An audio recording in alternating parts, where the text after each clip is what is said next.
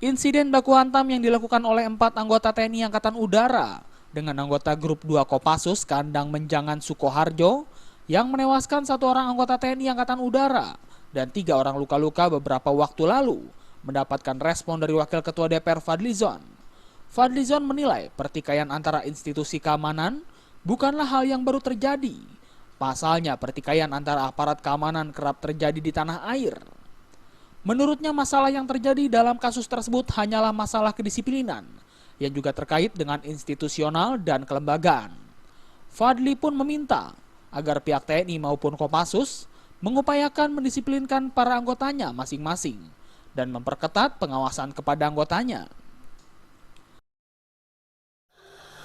Masalah kedisiplinan itu saya kira terkait juga dengan masalah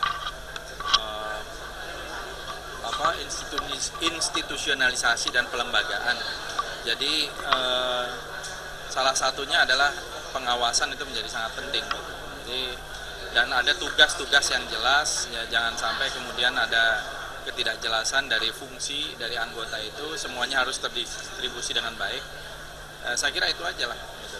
Karena selalu akan ada gangguan, mungkin tantangan di lapangan ya yang dari hal-hal kecil bisa menjadi besar, dan itu selalu biasanya pemicunya itu hal-hal yang sangat sepele. Pertikaian antara oknum TNI Angkatan Udara dengan Kopassus terjadi di sebuah kafe di Sukoharjo, Jawa Tengah. Kejadian ini bermula saat anggota TNI Angkatan Udara bertikai dengan warga di dalam kafe. Pertikaian ini sempat dilerai oleh anggota Kopassus yang menggunakan pakaian preman. Namun karena banyaknya massa dan sesama anggota TNI tidak mengetahui, baku hantam kembali terjadi hingga menewaskan 1 anggota TNI Angkatan Udara. Dari Jakarta, Febi Waryanti dan Adi Darmawan melaporkan.